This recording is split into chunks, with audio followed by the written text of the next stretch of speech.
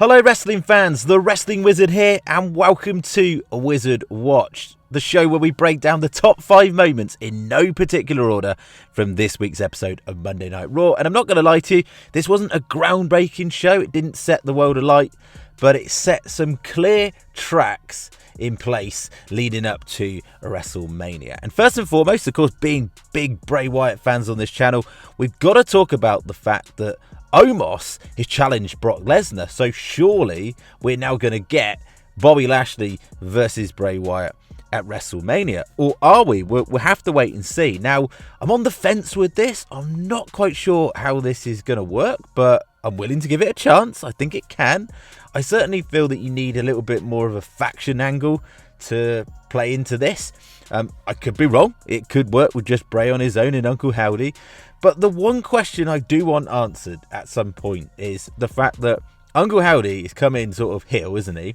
The physical version. Attacked Bray Wyatt, and now he's babyface alongside Bray Wyatt. So clearly all along, Bray Wyatt has been using Bo Dallas to portray Uncle Howdy for Bray. And if that's the case, he's been lying the whole time. And that version of Uncle Howdy we see on the screen is essentially what is in Bray's mind, i.e. Bray is Uncle Howdy. Now, correct me if I'm wrong, we're going to go through an absolute banger of a theory video on Thursday to tie up a few loose ends there. Now, moving on, got to talk about the Edge versus Austin Theory match. This was one of the highlights of the show, and Edge at near 50. Physically is looking like an absolute weapon still. Now, of course, we knew there was going to be a distraction. We knew that Finn Balor was not finished with Edge. He did threaten Edge at the Elimination Chamber, and we saw that. And he came out and cost Edge the United States title. Did we for a second think that Edge was going to beat Austin Theory for the title at this stage leading into WrestleMania? No. But what we do now look like we're going to see is Edge versus Finn Balor at WrestleMania. I'm happy for that, but then I do want to see the end of that whole Edge Judgment Day feud from that moment on. And also, on a side note, some big news was announced that John Cena is going to be appearing on the March 6th edition of Raw. Is this potentially setting up Austin Theory versus John Cena at WrestleMania? We'll have to wait and see. Also, another noteworthy point, got to talk about the fact that we now are going to get next week on Raw Lita and Becky Lynch versus Damage Control for the tag team belts. And Io Sky and Dakota Kai weren't that impressed with basically Bayley doing the talking for them and confirming that they will be taking them on.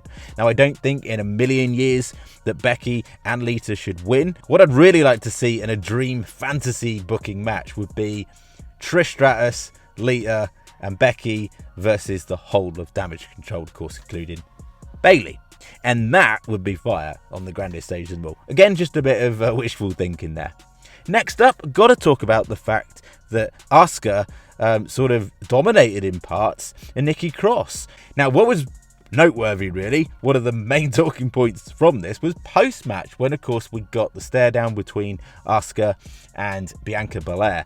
And more importantly, Asuka spitting out this blue gunge, this blue mist. Is she going to use the blue mist? Now, of course, the mist has various effects. The blue mist actually sends opponents to sleep. So she's going to use that blue mist on Bianca at WrestleMania, send her to sleep and win the Raw Women's title.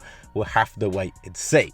And finally, the main real talking point, the base, obviously in the fallout from the Elimination Chamber, was the Sami Zayn and Kevin Owens segment. And I love this when WWE follow through with logic. You've not got Kevin Owens playing the dumb baby face. He's legitimately still a little bit pissed with Sami and said he did it for him, i.e. came out and attacked the Bloodline.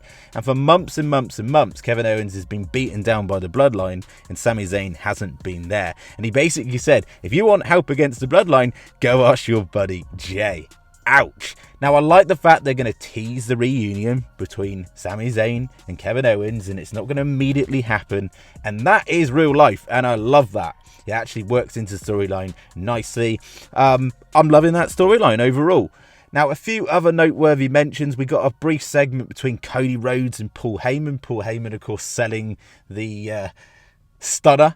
Paul Heyman is definitely delivering a few low blows there, going down the family angle. And this is just adding fuel to the fire and revving up Cody Rhodes, and that's all cool. Also, what on earth is in the Miz's golden envelope? We'll have to wait and see. I got a feeling that the Miz, bearing in mind the fact that it's in Hollywood, and it's very Miz, isn't it, in Maurice, that maybe Miz and Maurice, or Miz even on his own, are going to present and host WrestleMania possibly. That would be my guess.